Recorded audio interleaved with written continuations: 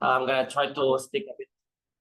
Yes, I'm gonna try to speak a bit closer to this place. I will try to not. I will try to use my mouse whenever possible to point out things on the slide.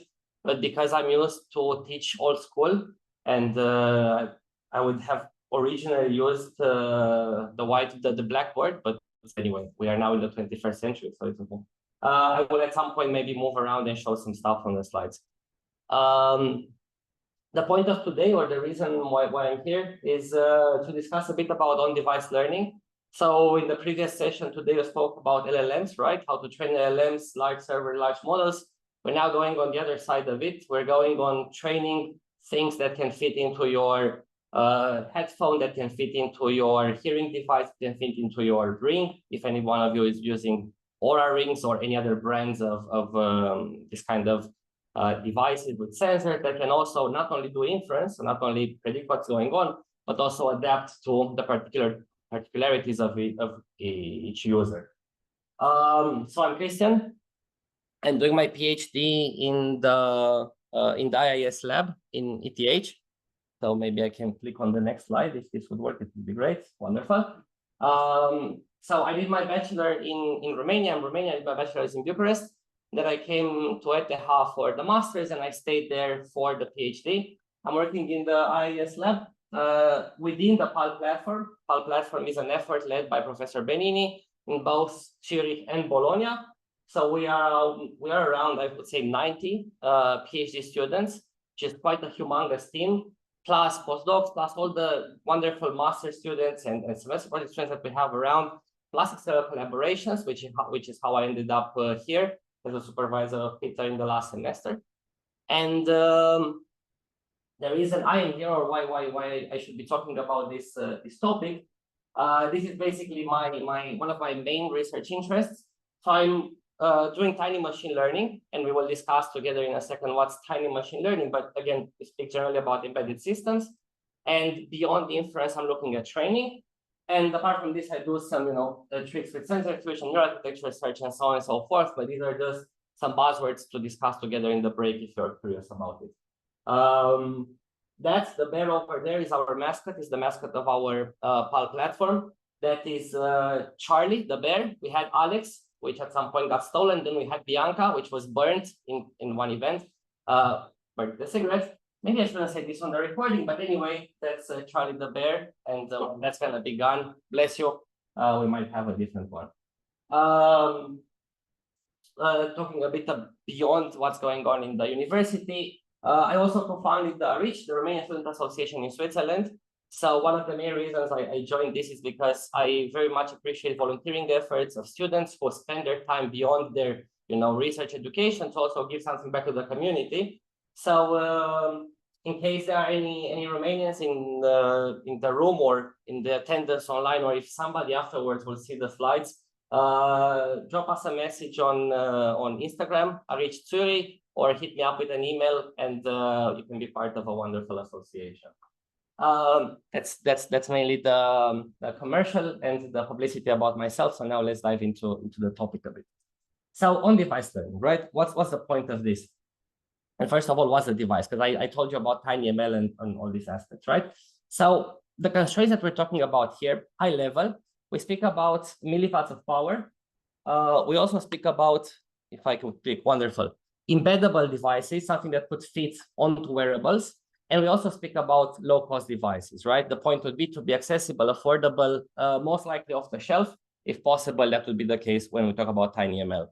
And back in the days, we spoke about STML4, so Cortex cores with 150 megahertz, single core, and so on and so forth. But as we advanced, many of these have neural processing units. And that's the case for the N6 from STM32. There is also the GAP9, which is a Greenwaves chip, which was based on a prototype developed in the PULP group. And also you have now the LD4, I think it's out already, with the Atos U55, again, NPU being able to deliver a lot more gigaops per second than any of your normal cores, and obviously for a specialized set of operations, right? And this allows you to do several types of inference tasks. I have here an example a drone that's doing nano slam. So basically, you have a drone over here. I don't know if you can see it, but it's navigating into this maze. And not only it's navigating by avoiding any obstacle, but it's also, apart from the obstacle avoidance, also mapping the space around it, as we can see here in this map. And you can do this with multiple drones at once. This is an effort that my colleague Vlad, and we're talking about pure inference. Another example here, which is not a video, just a picture, but gesture recognition using ultrasounds. That's the Wolpus. So you have the data acquisition there, but also data processing using the GAP9, and you can just do a couple of questions and gestures and control whatever, be it a drone, be it some other devices, with these type of wearable devices. The problem is that we are now still within the paradigm of train once, deploy everywhere, right? So you have your data that you collected in a lab, in a super close environment, clean environment, everything is well controlled. And then you train that on the server. So you have this quite a lot of data, quite a good model.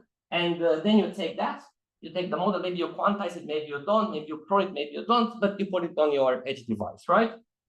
And then the point is, finally, I can use my model to control my device in the real world. What's happening in practice is that you're saying, hey, turn the lights on, and the lights are turning off. Because for whatever reason, you didn't understand exactly what you said. Maybe you're pronouncing it in a bit funny way. Maybe there was some background noise. But this doesn't work, right? So the real world experience is usually kind of crap. So there needs to be a way to deal with this, because there are many types of these issues. If we look only at audio, because I'm most interested in this, one good example is the accent. So if we're looking at different regions in America, here we have Michigan, we have Alabama, I think in California.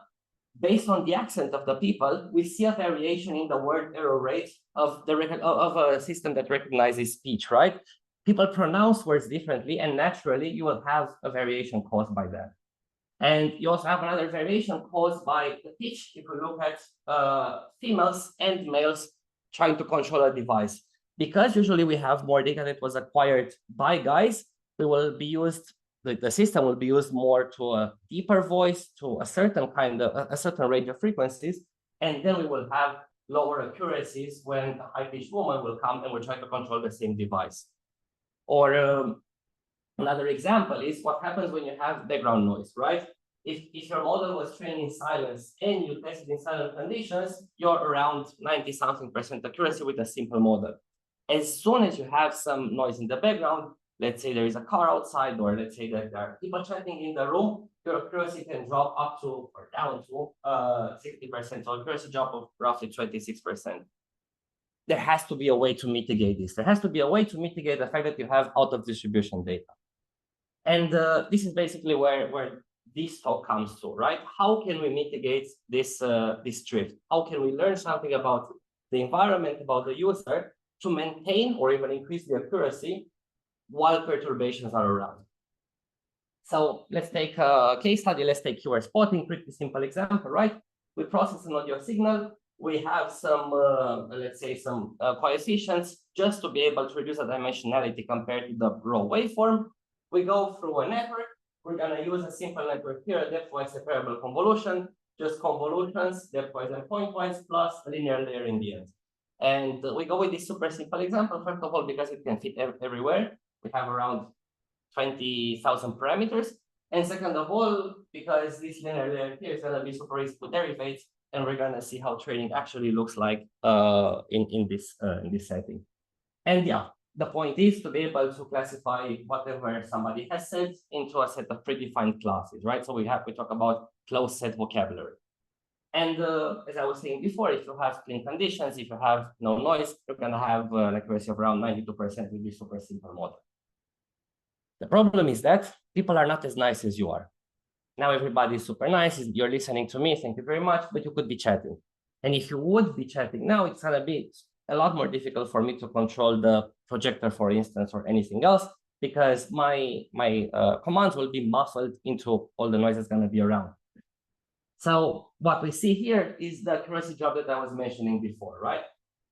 And the super basic idea to mitigate this is you just pre-train with some noises. So instead of pre-training the network in silent conditions, you also use some noises at pre-training time. And now just a bit of terminology. I call pre-training and training interchangeably.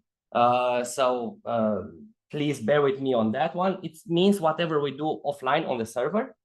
And I will use on-device learning or on-device continuous learning or adaptation or fine-tuning for whatever happens at the edge. So these will be the two categories of terms we will be using so far. So getting back to it, we said when we have noise accuracy jobs, what can you do? You can mitigate it by basically learning this type of a noise profile into or over a large set of examples. So we call this noise-aware keyword spotting. So a keyword spot that was already pre-trained with some noise. And what we can see is you already have an improvement of on average 4%. And the more peculiar, let's say, the noise is, the larger your positive impact will be. So in the case of meeting, so really non-stationary noise, we have an accuracy increment of 13%. But it's still kind of crap, right? So we need to do something about it to improve the accuracy even more. So here comes the on-device domain adaptation methodology, which is a paper that we proposed with the point of increasing the accuracy in unseen conditions, right? We start, as we discussed so far, you train the network on the server with other noises, augmentation, good accuracy, whatnot. The point then, we take this model, we deploy it onto the target device. And apart from this, we also deploy some pre-recorded utterances together with the labels. The reason we do this for is such that when we are directly on the device and we want to adapt a bit, we will not ask the user to say the same word 20 times, such that we train on the words that the user has said and has labeled themselves, because that takes time and that's boring and tedious. Most likely you wouldn't want to do it. I know that now in cars, they ask you to say several words in the beginning. From my point of view, that's annoying. And we believe there is a better way to do this. So we take samples from the same data that we pre-trained the network with. We take the labels and we deploy those onto the device together with the model. So what we do then, when we are in the environment, we just record noise from the environment and we use that noise to augment the pre-recorded samples that we have already put on the device. This way we learn only the noise profile, and that's sufficient to improve the accuracy into that environment. And basically here, we can adapt as much of the network as we want to, based on the memory that we have available on the device and based on how much time we're willing to spend during the training process. So that will be the on-device learning, and we will get to that in a second. In the meantime, because I was saying the memory of the device and the computational power, let's have a bit closer look at the extreme edge devices we're talking about. I was saying before, embeddable, I was saying an envelope of milliwatts or tens of milliwatts of power, and also affordable, right? If you want to get a bit more concrete, we will talk about these, I would say 4 or 5, depending how you want to count them, aspects that we want to optimize for. So first of all, we talk about the storage. That's the memory you wouldn't access that often, usually the non-volatile memory, where you can put your parameters of the network and where you're not going to write, really, you're mostly going to read from. That we can put our data, the pre-recorded samples, and also the weights of the model. Then we talk about memory. So I will differentiate these two terms, storage and memory. Memory is that section of your memory where actually you're writing back to. So you can keep activations, you can keep gradients in there. Your input will pass through your memory back and forth to be able to compute your output. Apart from these aspects, we talk about latency, so how long it takes to be able to actually produce your output, both in inference, but also during training, how long it takes to finish a training round, and how long it takes to adapt your device to the actual conditions. And from this latency, we can also derive the energy consumption, the point being that we want to maximize the lifetime of your device. So we're going to look at these 4 aspects, and we're going to optimize for these together, obviously, with the accuracy. We want to minimize these 4 while keeping the accuracy as high as possible. We will get a bit into the details of the memory. So to be able to understand this, let's have a look at the platform that we're going to discuss over. So that's the Pulp team. So the parallel ultra low power platform or paradigm. And for sure, I'm going to just call it Pulp. So first of all, the number of cores, right? We have here a cluster, and that cluster contains multiple RISC-V cores together with shared FPUs. The point of the FPUs being to be able to do not only integer operations, but to also be able to do floating point operations that are going to be useful during the training routines. Apart from this, obviously the point is, since we talk about computational power, minimizing the operation, minimizing the energy consumption. The second point is the TCDM. So the way we operate in the cluster is that those cores can communicate directly through the TCDM with an L1 memory here. So we're talking about a single cycle access memory. We are going to write to and read from, and basically this will be the main resources throughout the computation time. The main issue here is that we only have 128 kilobytes of memory. So that's quite problematic if we want to store basically any network that's a bit larger, and we need to keep its activations, its gradients for the entire update, right? So that wouldn't be sufficient. What we do instead is we have also an L2 here that is accessible through the DMA, to direct memory access. And what we're going to do here is we're going to do some buffering or even tiling. So we will keep most of the activations in L2 as we are operating. And to be able to perform the matrix multiplications, convolutions, and so on and so forth, we're going to bring chunks of data from the L2, which are going to be sections of our activations, together, if needed, with chunks of the weights, bring it to the L1, then from here distribute over the course, and then collect back the results and write back the results and get the next section that's going to be needed. This being, as I said, into the L2. As you can see, there is only an instruction cache, so there can be some instruction misses, but there is no data cache, which means that the entire memory management, we need to do it ourselves. We need to do the transfers from an L3. There is an on-chip L3, which is going to be the one that, as we said, it's going to be the storage. And then from here to the L2, and then L2 to L1 throughout the entire computation is something that we need to manage ourselves. And apart from this, there is also an external L3, external memory, and we are going to use that if needed for data. If the pre-recorded samples do not fit into the on-chip L3, we can always have them in the off-chip section accessible through SPI. The reason we want most of our data to be here is that the L1 is single cycle access. The reason we cannot have all the data here is because it would be too expensive to have too large of an L1. So then as we reduce the technology complexity from the L1 to the L2 to the L3, we have better density, but we have lower accesses, or let's say slower accesses.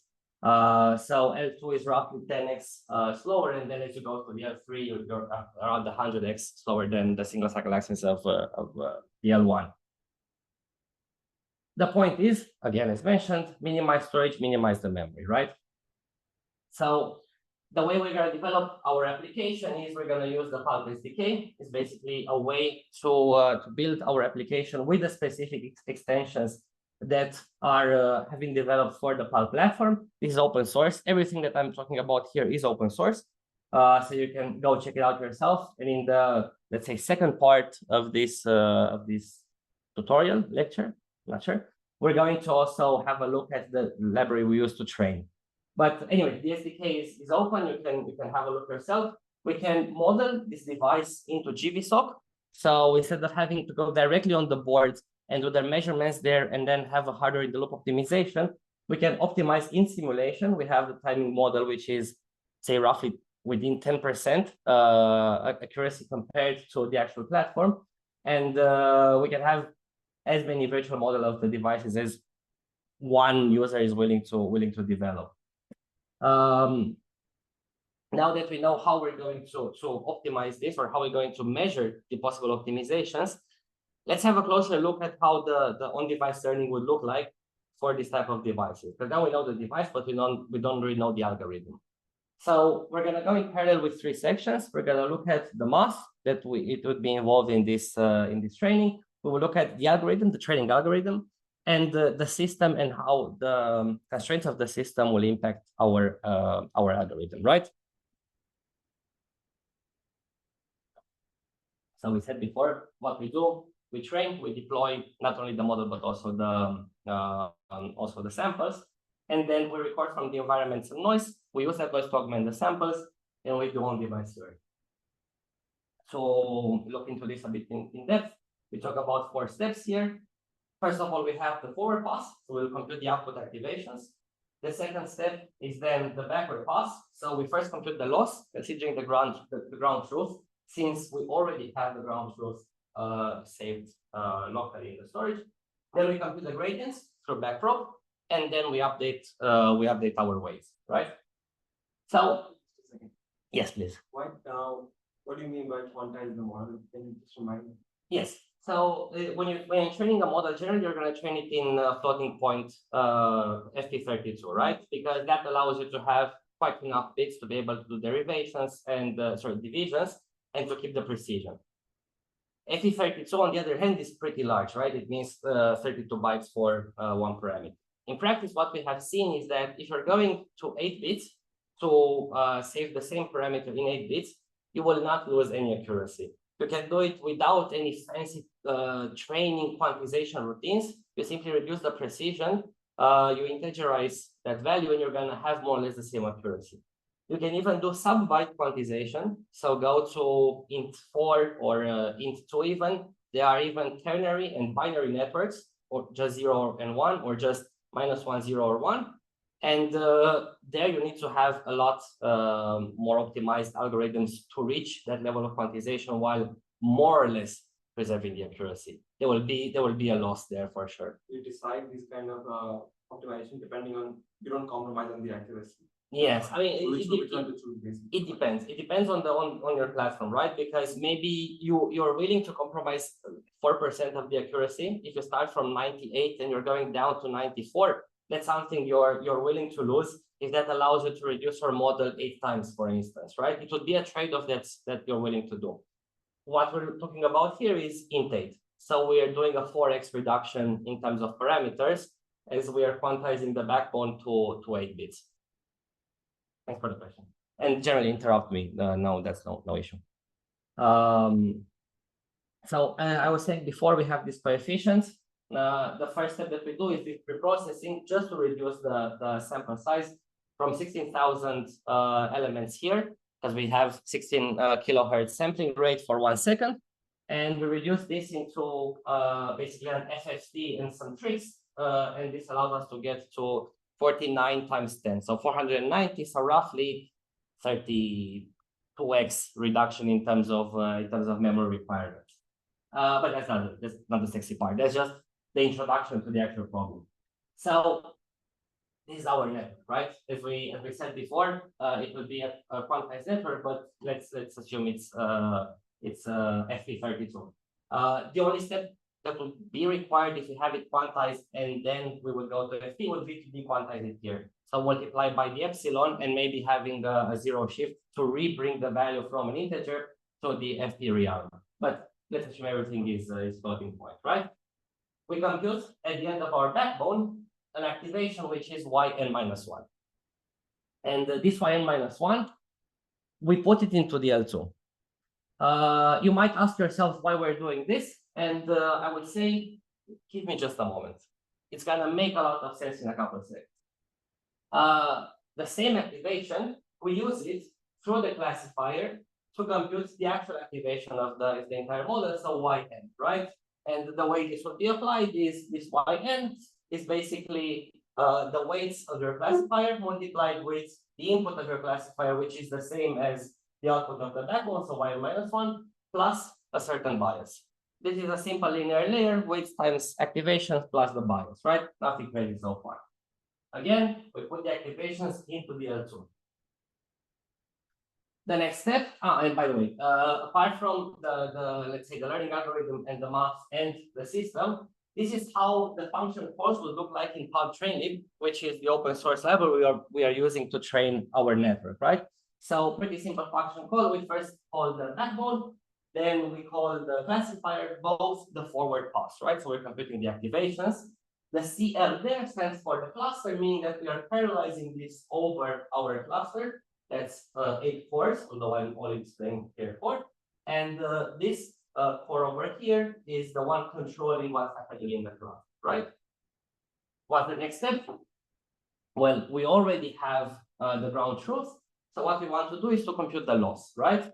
And let's say we use the mean squared error loss. It should be cross entropy loss as we have a classification task, but I'm using the MSE loss just because it's easier to derivate. So to be easier in the next steps, let's go with this guy over here. So we're looking at the output of the network minus the expected distribution of your ground truth, right? And in order to be able to compute this error, you would have to take your model from the L3 and then compute the activations of it, right? The advantage is that, okay, and also you take the ground truth and compare the two losses. The advantage is that we don't have to go through this entire pipeline once again, because we already have in the L2, we have the activations that we have kept after our model. So that's why we put the YN into the L2 and we didn't simply discard it, because we can now use it to compute the difference between itself and the ground truth. The next step I was mentioning here. Yes, let's assume no bias, simply to make the computation even easier for now. Let's assume no BN. We're looking only at the function here. So WN times YN minus 1. And in order to be able to update the weights for a classifier, we basically need to take the previous weights and multiply this with this product here. We call this the step. So it's the learning rate multiplied by the weight gradient. In case you don't remember, the point is to minimize the cost, right? So to bring the weights into a position that minimizes the cost, minimizes the loss. And that step over here basically decides how much are you going towards this minimization potential. You want to have it large enough in order to be able to reach as fast as possible your minimization goal. At the same time, you want to make sure that you're not bouncing around in this potential pit. So you want to have it still pretty small. We're going to get to this in a second, although I'm pretty certain that being so many weeks into this bootcamp, you know this already. Now, we said that we want to compute this guy, right? The derivative of the loss with respect to the weights. And here we are applying what we know as chain rule in backpropagation. So let's say that we look at the function y, which is basically f of g of x. If we call this g of x u, then y is f of u. So then when we're trying to derivate dy to dx, we basically get dy to du multiplied by du to dx. And the same we can apply here, right? So the partial derivative, if we're trying to apply chain rule here, the loss with respect to the weights, we look at the weights over here, it's yn, right? So then we have dl to dyn multiplied by, so if we look at zn in the parentheses here, we have already derivative of zn by the weights over here. So we can look at each individually. The reason we chose MSE is simply because it's easier to derivate, right? So minus 2 over s multiplied by this difference over here. The yn, as we mentioned before, we have it already in the L2. We don't need to recompute that. The ground truth, we have it because we put it ourselves in the storage. So then the derivative of the loss with respect to the output is already a term we can compute. We can simply compute. And the second derivative, the z with respect to w, we can look already here, and we can see that it's directly yn minus 1. So this is the term we will need to have. And once again, this is the reason we put everything into the L2, right? I need these intermediate activations, but I don't have to recompute everything again. So put again the input, go through the backbone and extract this activation. I already have it in the L2. So because I kept both of these intermediate activations in the L2, I can now just take them and compute my update over here. This is basically the previous set of weights minus the learning rate multiplied by this guy that we can directly compute times this is the bit activation that we have. And this is basically how we would compute the weight gradient. And this is the reason why we want to keep the activations in the memory, right? So the activations in there. Let's see. Everything, if we look into part training, pretty simple once again. After we have computed our loss, we can then compute the gradients for the linear layer, again, distributed over the cluster to maximize the throughput. Yes. There are one name, one arcs, lost arcs. Is there a row missing where you define these algorithms, or they're automatically named somewhere? Yeah, so we would have intermediate steps where basically we'll give these arguments. We will look together into the code how this looks like. But what we're basically looking at is the dimension of the loss, the value of the loss in case there is a set of vectors, right? And for instance, we look at the backbone or the linear layer. We talk about the length or dimension of your row of your matrix, the values that there are in those matrices, and the dimension of that weight that has to be multiplied with. So you need to define this beforehand. But luckily, we have a script for this. So basically, you would just input your Python model, let's say as an ONNX, and it's gonna spit you out the code which is already defining these arguments for you. We'll look at it in around half an hour. But thanks for the question. So I put here this funky brain flexing the brain muscles to invite you to look at something a bit more interesting. So we look now at what happens if we do just one weight or one layer being updated. And out of this exercise, we learned that we need to keep the intermediate activations in the memory because we need them for the weight gradient, right? What happens if we increase the update depth? What happens if, instead of just one classifier here, we also want to update whatever is happening before? So let's say that we have yn minus 1 over here. And up to this point, you're already experts into the field. You already know how to compute wn prime. You already know how to compute those derivatives. There's nothing new I'm telling you now. But let's say that we want to instead, wonderful. Let's say that we want to update wn minus 1. Let's say that we want to update the weights of this convolutional layer. And again, for simplicity, we can assume it's a linear layer. We're not really interested into the equations themselves, but we are rather interested into the dependencies that we have there, right? So once again, we would have to be able to look at to apply chain rule on the derivative of the loss with respect to the weights of n minus 1.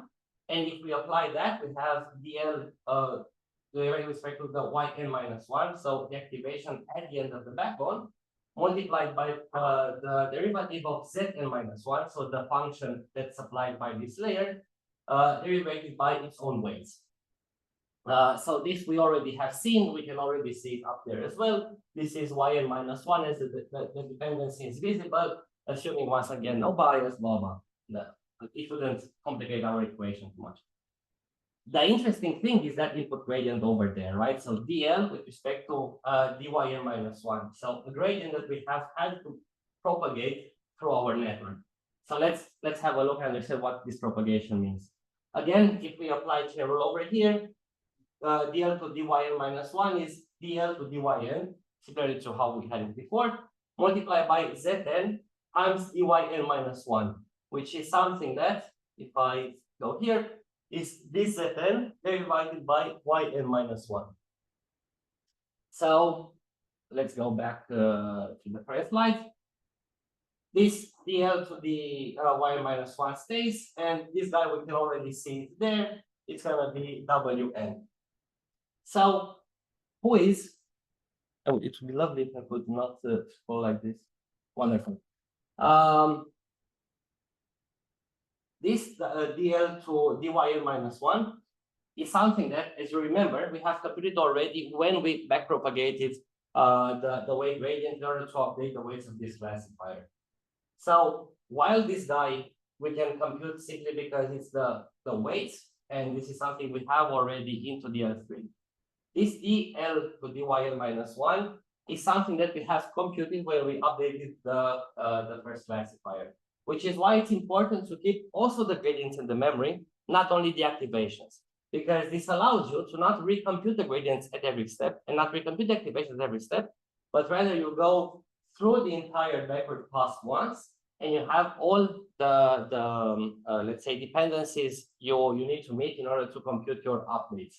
So the main takeaway is keep your activations and keep your gradients in the memory, unless you want to do some cooler tricks, but we'll discuss at the end what are those tricks.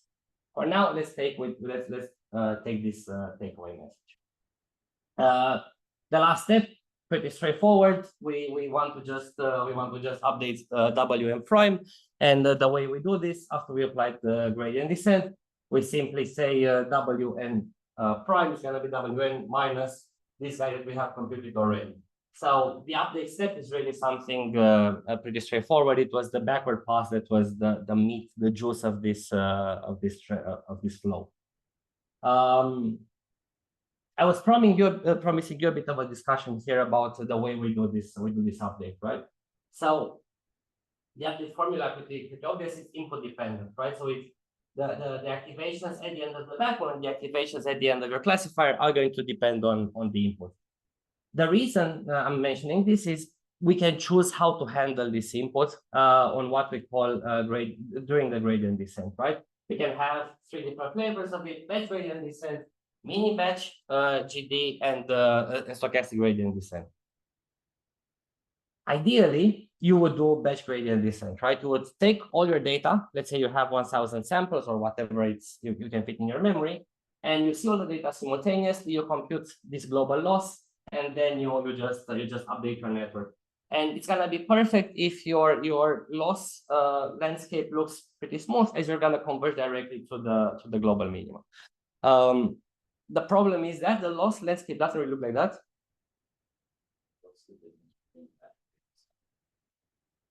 Give me a second, I'm gonna get there. Let's just point out what's the problem with this. First of all, you might not reach the minima, and second of all, you don't have space in your memory for that, right? So we said before we want to keep the activations, we want to keep the gradients. If you keep the activations and the gradients for all your inputs, everything together at once into a device that has a couple megabytes, you will simply lose data. So that's not a possibility, right? The other extreme case, so if this means all the data, we can also look at what happens if you keep just one data at once, right? So SGD, in this extreme example, you just see one data at a time. You have a minimal memory cost. You just have the gradients and the activations for that sample. But the problem is that you're gonna just jump point around in the loss landscape, as you're gonna believe that your data distribution looks one way. You're gonna go in that direction, and it's gonna come with something completely different. So then, the trade-off, as usual, is to see some data at once, which allows you to understand kind of what's the cost there, and to minimize for that cost. You have a decent convergency rate, and also you're satisfying your memory requirements. So by mini batch gradient descent, I mean something which is between 1 and all the samples that you have in your data set. And this is obviously the trade-off we're gonna go for. Batch gradient descent is a full gradient descent. Yes. So the entire batch. By batch, I mean that. Thanks. Main idea, backprobe has costs. This is something pretty obvious, but I'm just gonna lay them out. First of all, if you look at the forward pass, you already have discussed, the output is gonna be a function of the weights and the previous input, and then it's for each of the layers. Then we need to compute the loss. Then we need to compute the weight gradients and the input gradients. We compute all weight gradients for all those layers we want to update, and we compute all the input gradients with the exception of the first layer. Obviously, the first layer needs no computation of the input gradient, as there is nothing to propagate further for, because the input of your network is your input. You do not have control over what you sample from the environment, right? And then obviously you update the weights. So first of all, in terms of storage, So that you put in the memory and you don't really look afterwards at, or you don't change, are the frozen weights and the frozen biases. Those we can keep somewhere and we're gonna just read from there. We're not gonna write back. In terms of memory, up to or down to a certain layer, we talk about all the weights, all the input gradients except for the last layer that you want to update. Again, you don't need to compute the input gradient for the next layer that you don't update because there is nothing to update there. All the weight gradients for the layers you want to update, and all the activations, but the last, including the previous one. So that the total memory cost is not only this, but also considering the number of samples that you're using within that batch. In terms of operations, we talk about the forward pass and then the gradients both for the inputs and for the weight gradients. It's mostly multiplication and additions, so MAC operations. And then sure, we also have the update of the weights, but in practice that's negligible compared to the other two costs. So roughly the cost of a training would be 3x the cost of forward pass, because you have the forward itself that you need to compute, plus the two gradient that you need to compute as well. And that's basically the point I'm making here. And this again multiplied by the amount of data that you have together to your training, and also the number of epochs, or the number of times you want to see that data. And this is your total operation cost. And surely you have also the energy, which is basically the power at which your device is operating, multiplied by that time for which you're doing the update. This is also a function of the efficiency of the device, so of how well the designers, your architects, have designed that device, but also at how well you're doing your own training routine. And this is basically how I just kept the colors a bit to understand or to be able to relate better to this structure. But basically, we talk about storage, so this off-chip and on-chip L3. Talk about the memory into the L2 and into the L1, and then the operations energy you want to minimize by utilizing the cores over here. Also, while maximizing the accuracy. Any questions so far, or any more questions so far?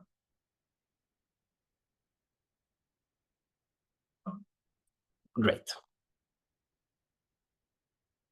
So let's see how this costs impact an actual on-device learning application. I was thinking about that keyword spotting example, right? And I was saying that the accuracy is already increased when you do noise-aware keyword spotting, so when you pre-train, and when you do on-device learning or on-device domain learning, you see another accuracy increment. The larger, the more complex your noise is. So let's look a bit at what happens depending on your memory and your data requirements, right? So on this, with the color, we are encoding the amount of data you have available from the data set, where 100% means that all the data you have used for pre-training, you also use for adaptation. That would be unrealistic in practice, because we talk about roughly 3-point-something gigabytes of data, which is something that your device, it could theoretically eat, because the cost of flash is pretty small, but it wouldn't be realistic with the device we're talking about, which is the GAP9. And we're going down to 0.25% of data, which is roughly 10 megs. So something that is value, or let's say that's realistic within the device constraints that we have. So the depth memory, so the depth adaptation refers to how much of the network we're updating. The start FC1 means that we're updating just the classifier, and the higher we go here in this column, it means that we're updating more and more of the net. So up to updating the entire network, which would be a cost of roughly 2.5 megabytes of memory requirements. So if we update just the fully connected layer, just the classifier, as in the first example we have derived together, we see that we need only 10 kilobytes of one-chip memory, which is negligible since we have 120. And we can increase the accuracy by 5.5% compared to a network that was already robust, so the noise-aware keyword spotting. So this was the accuracy that your NAPOS network was obtaining on meeting. And this is what you can get by updating just the classifier. If you're using roughly, if you're using roughly 0.25% of your data. And because you don't have that much data, no matter how much you update, you're gonna be more or less in the same accuracy regime, right? On the other hand, if we are refining both the backbone and the classifier, so if our adaptation depth is increasing from just the FC layer to including the very first convolution of the entire network, as we can see, first of all, the more we adapt, the larger our accuracy obtained, and second of all, the more we adapt and the more data we use, obviously, the larger the accuracy increment we have. So we get 1.10% over just updating the classifier with 10% of the data. So from this blue star over here to this triangle over here, and we get 6% by updating not only the classifier, so this purple, I would say star, up to the triangle, the most triangle over there. So in terms of memory management, to wrap up a bit, in DL3 we will store the pre-recorded thin utterances and their labels. Also, the pre-trained model will be stored in DL3. Then whatever we update, so the updatable weights plus the activations plus gradients that need to be stored temporarily are in L2. And then in DL1, we keep the weights, activations, gradients, and so on and so forth. That we need during the computation. In practice, we could have two processes. We could have a buffering process and a tiling process. Buffering means that we don't need to keep everything into the L1, but instead we move back and forth between the L1 and L2, and that can be applied from one layer to the other. And tiling means that within a certain layer, so let's say we have a convolution, a pretty large convolution, we can compute a section of it. We get the output, we move it into the L2, we get the next section into the L1, and we compute that. At the moment that this paper was written, there was no buffering and no tiling into PAL-TrainLib. At the moment we are speaking, there is buffering, but there is no tiling yet in PAL-TrainLib. And in a couple of months, there will be also tiling, which means that there will be less and less dependencies on the size of the L1, as you will be able to move data back and forth between the L2 and the L1. This is basically a summary of the steps that we need to do when we do ODL, and this is how those steps would look like into PAL-TrainLib. And we tested this onto gap 9, which, as I was saying, actually, I think I have it with me. I was careful enough to take it, and voila. So we're talking about, as I was saying, the chip taped out by Greenwaves. There was initially a tape out of our lab, again, open source called Vega. And from here, the commercial version evolved, so you can just pass it around. Basically, we have here the chip, and then you have the memory. So it should say directly on it. You can check it out. So this is the gap 8 with its mode. Here we have the evaluation board, where we have the connection to USB plus some microphone to do this kind of test. And this was an audio board that we were using to be able to send not only data to and back, but also to be able to play back whatever audio was being recorded. I didn't take it with me because we're not going to do any demo with it. So onto the gap 9, operating at 240 megahertz and 650 milliwatts of power. We managed to do on-device learning in 0.5 millijoule per sample, and everything was ready within 11 milliseconds. So to be able to compute the outputs directly from one sample and to update that, it was half a millijoule, allowing you to expand the device lifetime of the device, and also memory requirements as small as 10 kilobytes. So we were just updating the classifier while still being able to increase the accuracy. That memory, as we were discussing before, also for the computation, It's mostly for the weight gradients and the updates. With the activation, since we're talking about quite a narrow classifier, 64 to 12, the activations were not really the problem, but rather the gradients that we needed to keep in order to compute the update of the weight. Perfect. Now I put here this Monty Python joke, just to make a slight transition to another aspect of it. So we have so far discussed about domain adaptation, right? The whole point here was you have a network that was pre-trained for a certain set of environments, and you adapt for the target environment. The problem is that in practice, what you want to do is not only specialize to one environment, but to be able to continuously learn. Let's say that if that gap9 was now active, thank you very much, and let's say that Peter was saying words to it, it should have adapted to its accent, and then as he gives it back to me, it should adapt to my accent. I cannot pronounce R, for instance, and it should be able to, I don't know, respond to my commands when I say right, even though I don't say right correctly. I wish I could say right correctly. For these reasons, we have what we call continual learning, right? Which is different than domain adaptation. In domain adaptation or domain learning, the point that we do is we have a backbone that has been pre-trained, and then we train the classifier, as we have seen before, or we train the classifier and part of the backbone. The problem is that as you're doing this, you're going to lose accuracy over different sessions, right? So in continual learning, what you want to do is to mitigate the catastrophic forgetting, to flatten as much as possible this curve, the curve of the accuracy over the number of sessions. You want to lose as little as possible while learning what's going on in each of the new sessions. And there are two flavors of continual learning from an algorithmic point of view, and there are several tricks one can do from a system point of view to enable this continual learning.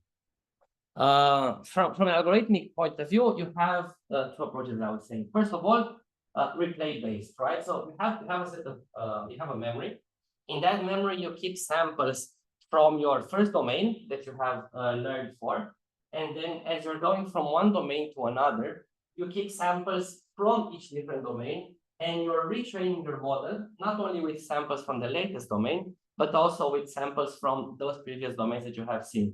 This way, you have plasticity, you adapt to the new things while maintaining elasticity, while remembering what has been observed in the past. And there are several strategies that we are now bringing onto the device, classic ER, but also ECBRS, so class balancing reservoir sampling, where we're trying to have more or less a balanced number of samples per class in our reservoir, and also a good selection of those samples within a class cluster. So those samples which are more representative for that specific class. Yes. I did this previous slide. So the problem is that we fine-tune for each new person, but after several continuing sessions, we forgot the actual initial weights. Yeah. Yes. So we just start from the initial weights for every person. You could, but ideally what you would want is, so if you do this kind of thing, it means that when I pass you the device, it needs to retrain it for you. And when you give it back to me, it needs to retrain for me, right? Ideally, what you would want is, as we pass it back and forth, it has learned once for me, once for you, and the knowledge is there.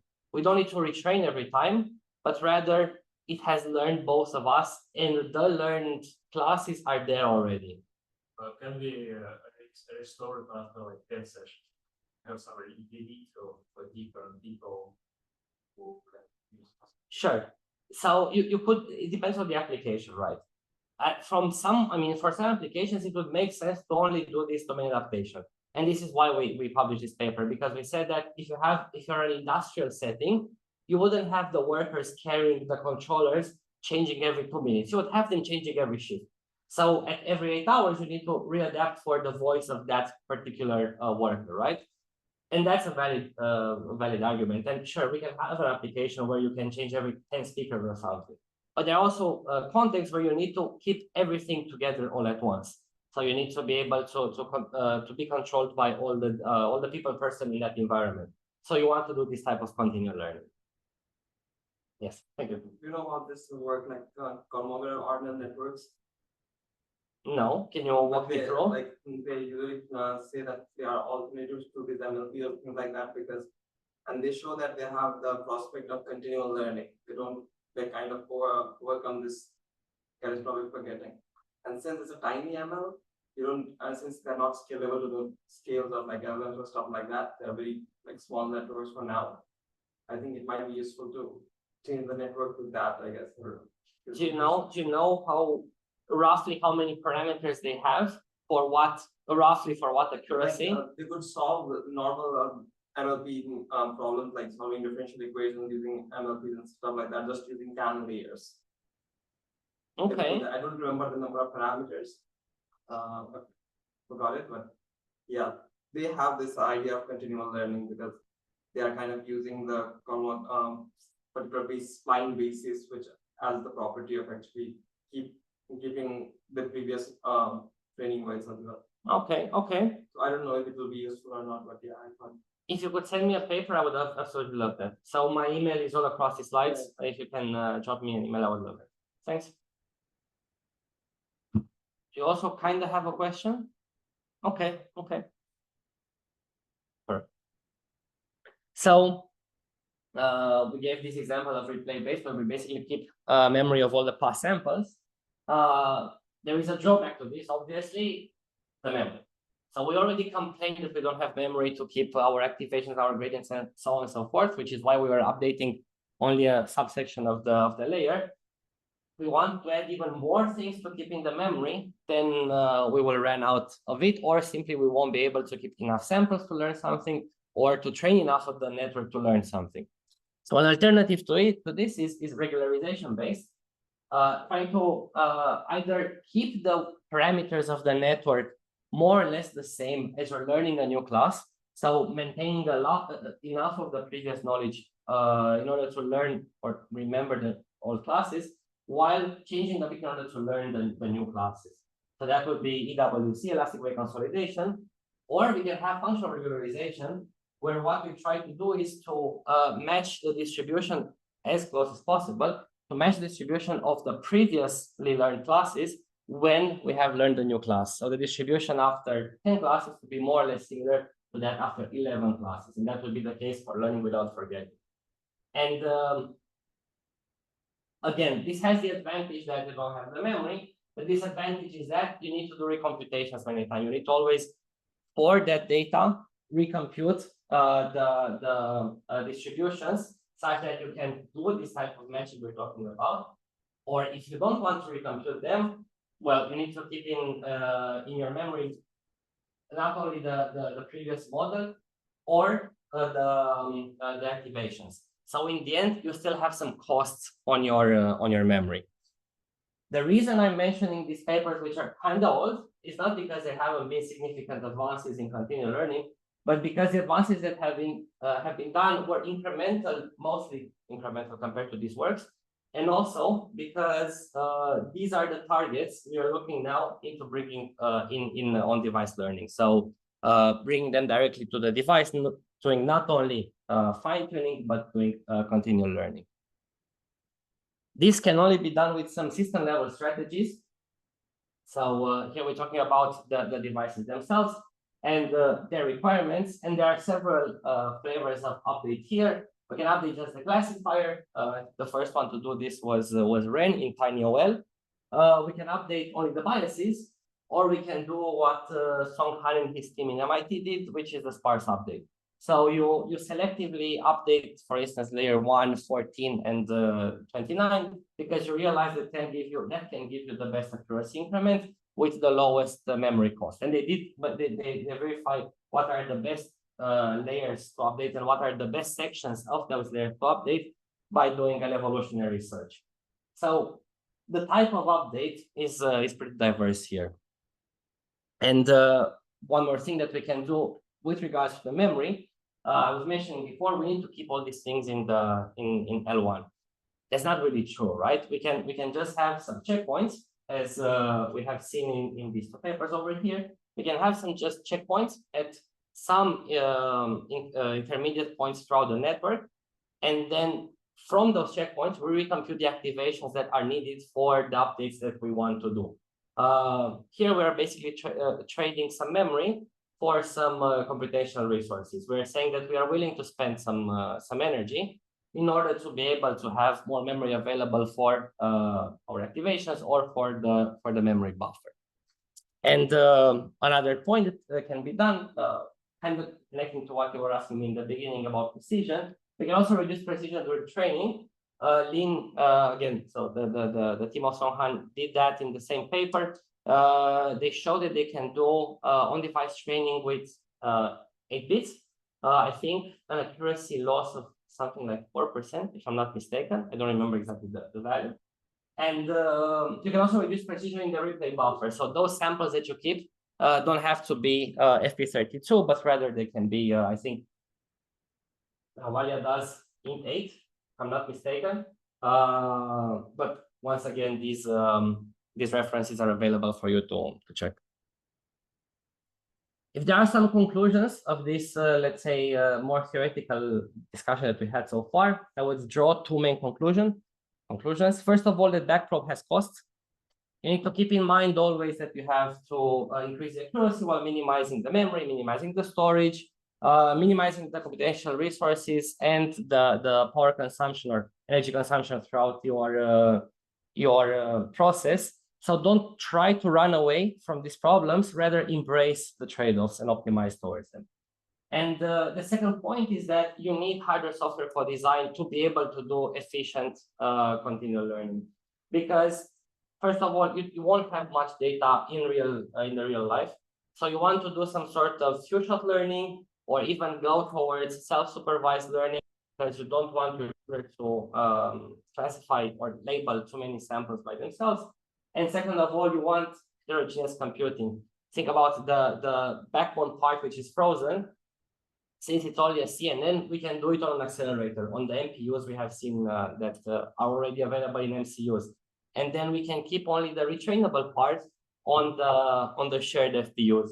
Or we can even go with at MRAM accelerator. So those data we want to accelerate during the computation can be as close as possible to the computational point to minimize the time spent in data marshalling. So these 2 aspects would be, from my point of view, something worth investigating. This basically concludes the theoretical part of it, and then I want to have a look together with you at the codes to be able to do on-device learning. But if there are any questions now, yes, sir.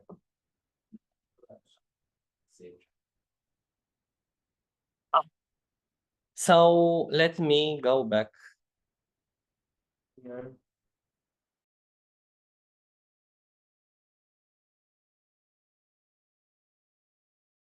All good, right? Thanks. Sorry. Thanks. So let's go here because it's gonna be the easiest one.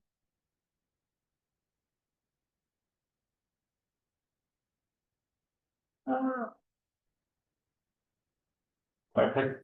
So at this point, right, we have shown that in order to compute this partial derivative, we need this intermediate activation, right? And the same will apply the deeper we go in the network. So if you want to update one of these blocks down here, we will need to keep into memory the intermediate activation at this point, right?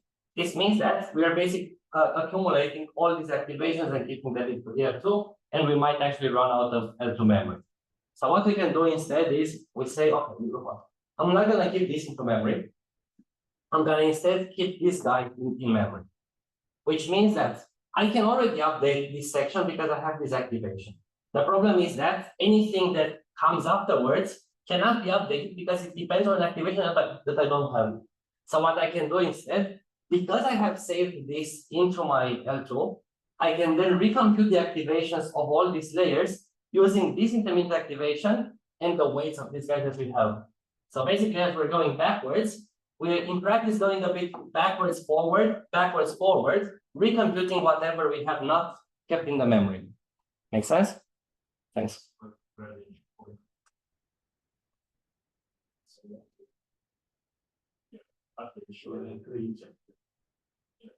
That was a geek with the gravity. Yeah.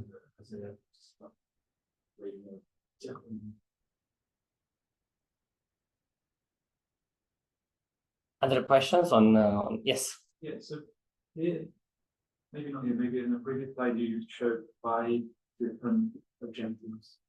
Ah, yes. And here your derivation goes through with the loss function as a single objective. I'm gonna show it. Have you ever considered incorporating those other memory storage? Yeah, and then accuracy apart from this. Yeah. Yeah, and then show its derivation that's purely about accuracy or Yeah. something like that.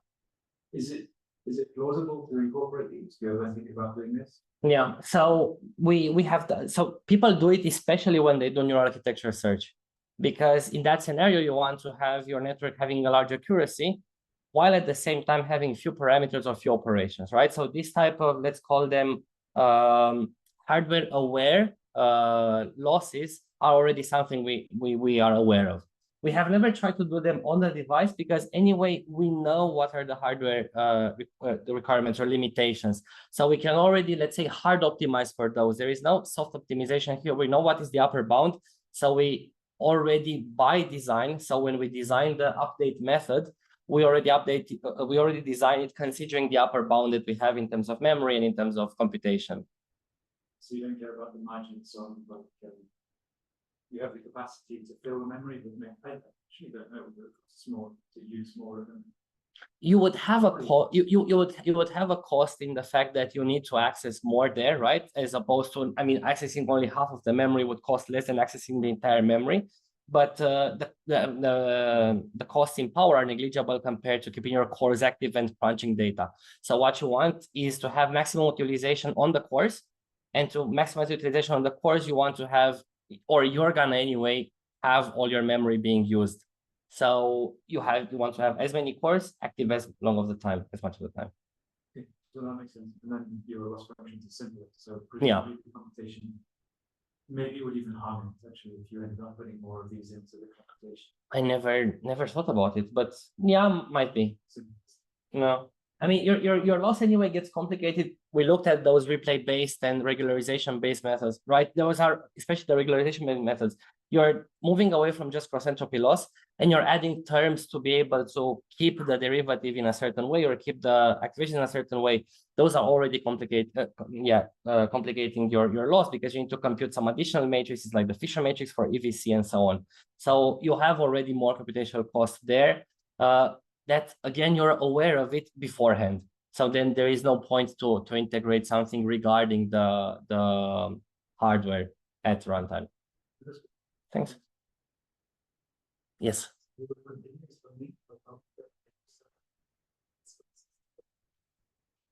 There you go. Right. That's the thing. At the moment, so for the paper we're working on now, we just assume there are. You know, the user was super nice, they did the labeling themselves, blah, blah. The point would be to do self-supervised learning, right? To have some sort of understanding of the distribution.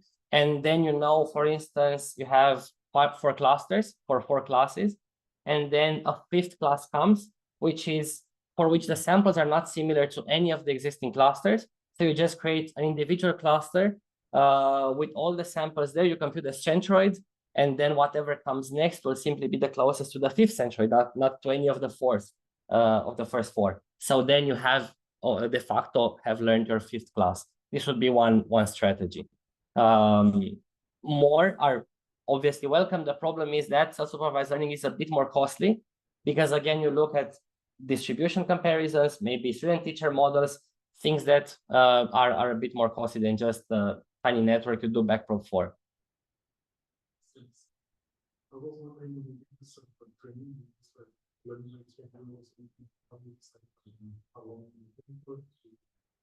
No, so for this, because the point here was to show, hey, we can learn. What we did is we already kept the learning rate that we have set for our pre-trained set and decided to go with the same setting on the device.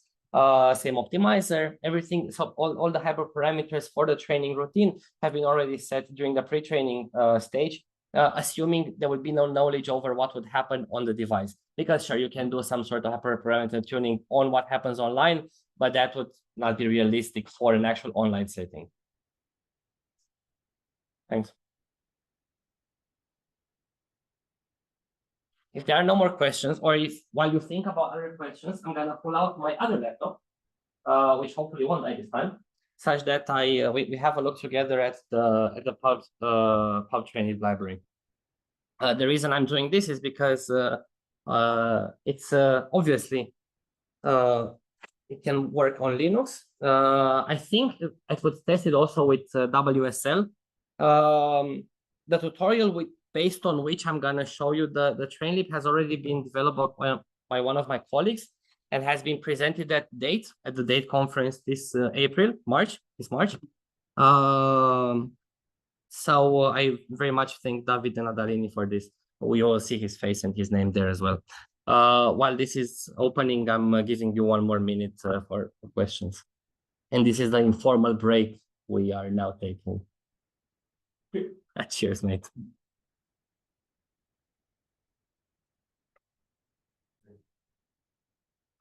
Great.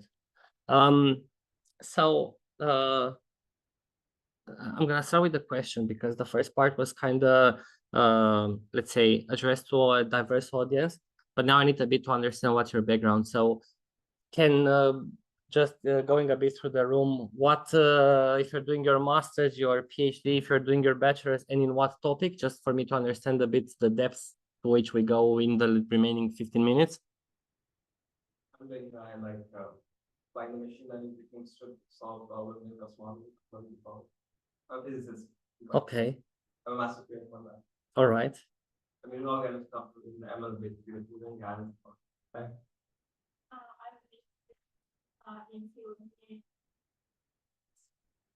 So this part from electronics, so I have no idea. But the thing is that I have to classify the end of my PhD and make a really device with tiny elements. Okay, maybe we can discuss afterward to give me some feedback of how this presentation was to a completely differently topic PhD. Thanks. I'm a bachelor's student, second year. I like it. It's fine. Fair. More applied than math, but yeah, fair.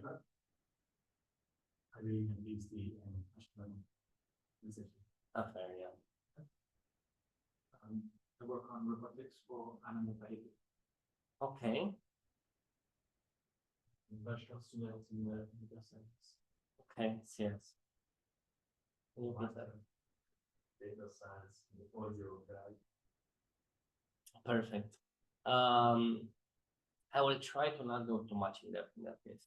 I think we weren't already deep enough. The point would be, I wanted to show you how an open source repo looks like, because maybe you have nothing to do in your free time and you want to learn about on-device learning, and we're looking for contributors, because I think we are 4 or 5 so far, and we need more man hours and manpower to develop this.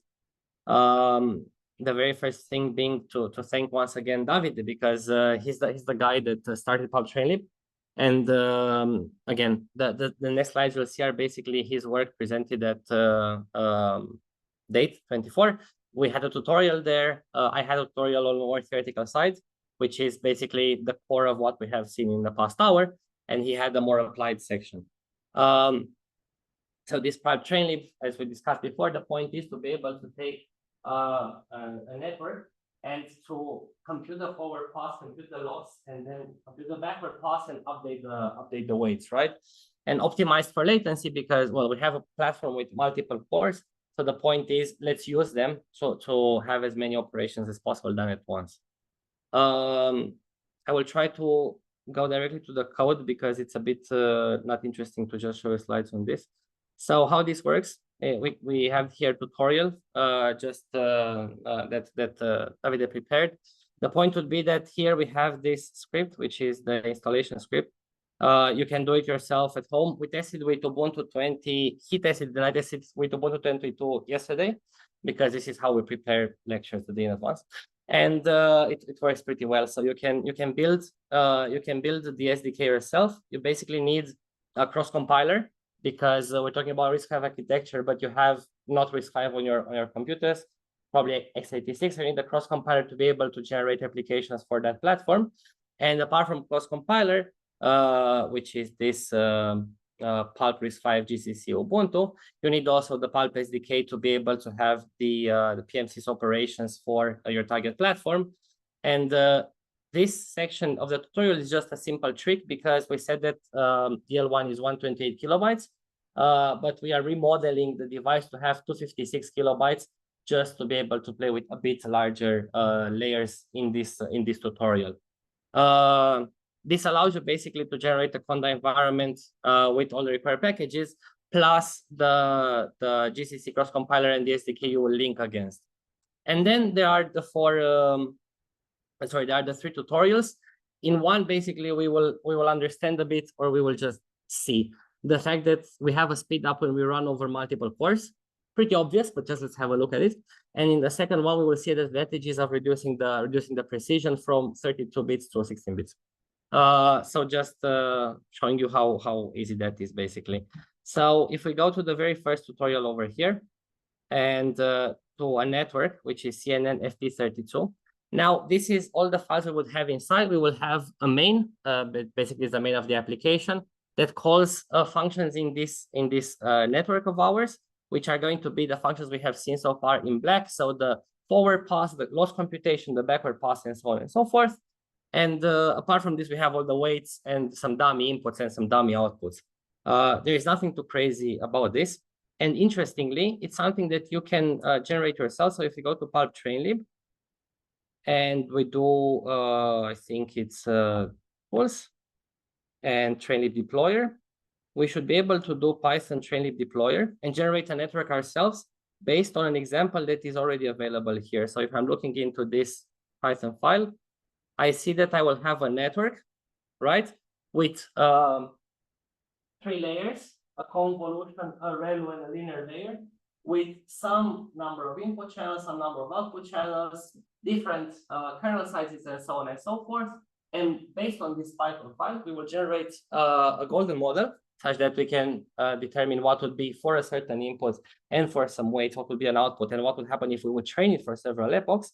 And these weights we will also deploy directly on GVSock, which is a model of this platform. So we will put there the values that would be the weights of our network. This is hard coded, but we also have an ONNX parser. So if you have your PyTorch model, for instance, you can convert it to an ONNX, which is just an intermediate format, which basically has the computational graph. So all the operations that you have in your network, plus the weights for each of the layer. And this, from this ONNX, you can produce the same C code we have seen so far. Now, if I run Python TrainLib deployer, it should probably tell me, hey, this directory exists already. Let's just see this. Oh, it's working slower than I thought because of the Zoom. But anyway, file exists already in X01 TrainLib deployer CNN. So let's go back there. And we go here. And we can do just make golden, I think it's called. Let's quickly check the example here.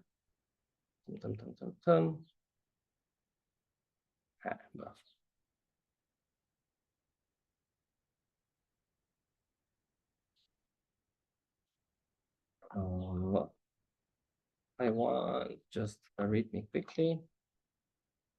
Perfect. And for the very first task, we should have there the golden model running.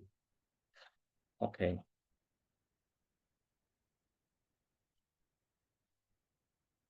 Perfect. And get golden.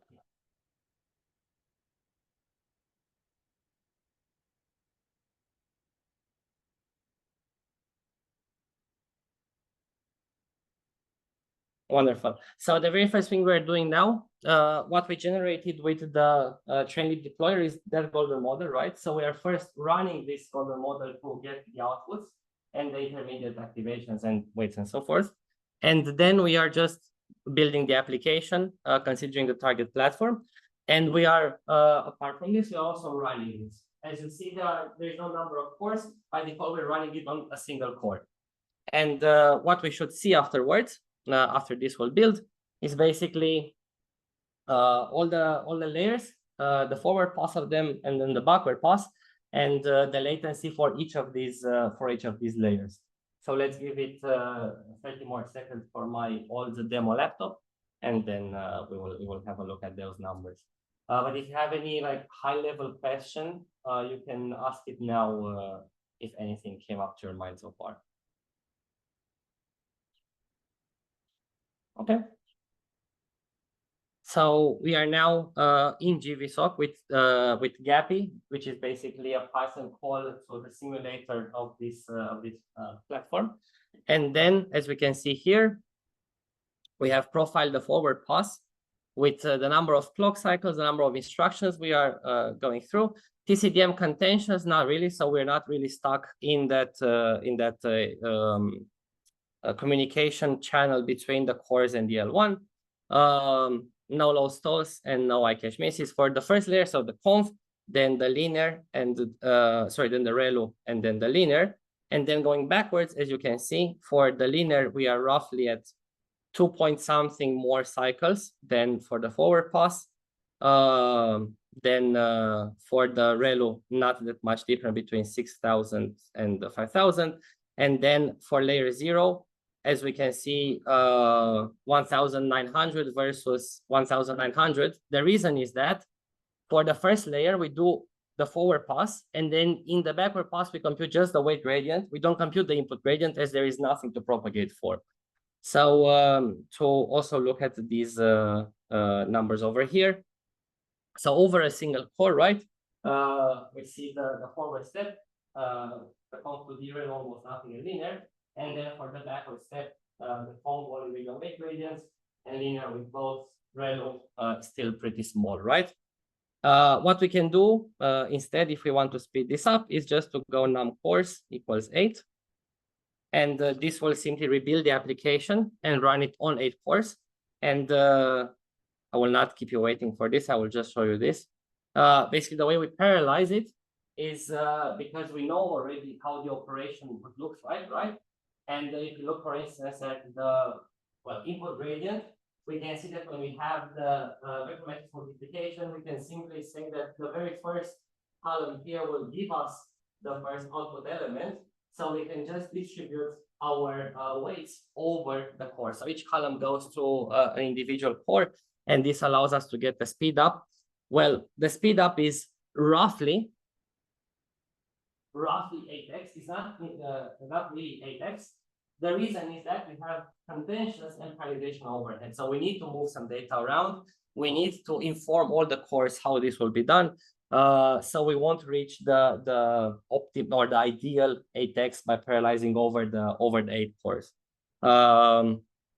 This is still building. Again, it's the problem is of my laptop. My problem is not the problem of the repository. But yeah, we can see it a lot faster than before. On the other hand, we still have some limitations here, so we're not reaching the optimal 8x. A different example, but this time I wouldn't go into the code simply because first of all, we're quite running out of time. Second of all, because you said you want to stay a bit more high level, but the main idea here is that we are moving away from FP32 to FP16, and we do this using vectorized instructions. So basically, instead of having our variables in 16 bits and put into registers of 32 bits with basically zero padding, as it would be the case here and here, right? What we can do instead is we can put into a 32-bit registers, we can put two FP16 values at once, and then do basically a vectorized loading and a vectorized multiplication and addition, and multiplication and accumulation, however you want to call it. And this basically allows us to do, well, ideally the operations twice as fast, right? In practice, I will skip these slides. In practice, we can see the following. We have 1.5, not really 2x, when we go with the naive CMD. So again, because we have some loads, and even when we pack the data together, packing the data means we need to take the two operands and put them together. So that's time that we pseudo waste, let's say. And then if we transpose the weights, so in order to maximize or better utilize the way the memory is organized, instead of going, maybe for this I can show the slide actually, because it makes more sense. So when we are doing our gradients multiplied with the weights, because the weights are organized by row, we would always have to go a step in memory, a step that is costly whenever we need to do the for loop. So a step that we would ideally want to avoid, which we can avoid by simply transposing this weight matrix, in which case all the values would be directly aligned exactly as we want them when we do the multiplication. So we would be, again, saving some memory accesses. And this way, we would get a speed up of 1.9, almost the 2x we were looking for compared to FP32.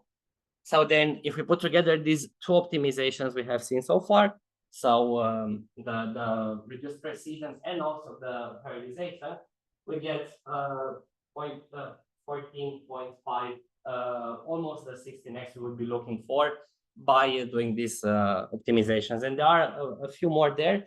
Also in the tutorial, there is loop unrolling. So when we do this for loop, simply because we know how many cores we will have there, we know what are the size of the matrices, we can do multiple operands at once by unrolling the for loop. And for others, I will invite you to check both the tutorial and the open source library, which is available. And with this and these references, I would conclude, and I would ask you if you have any questions.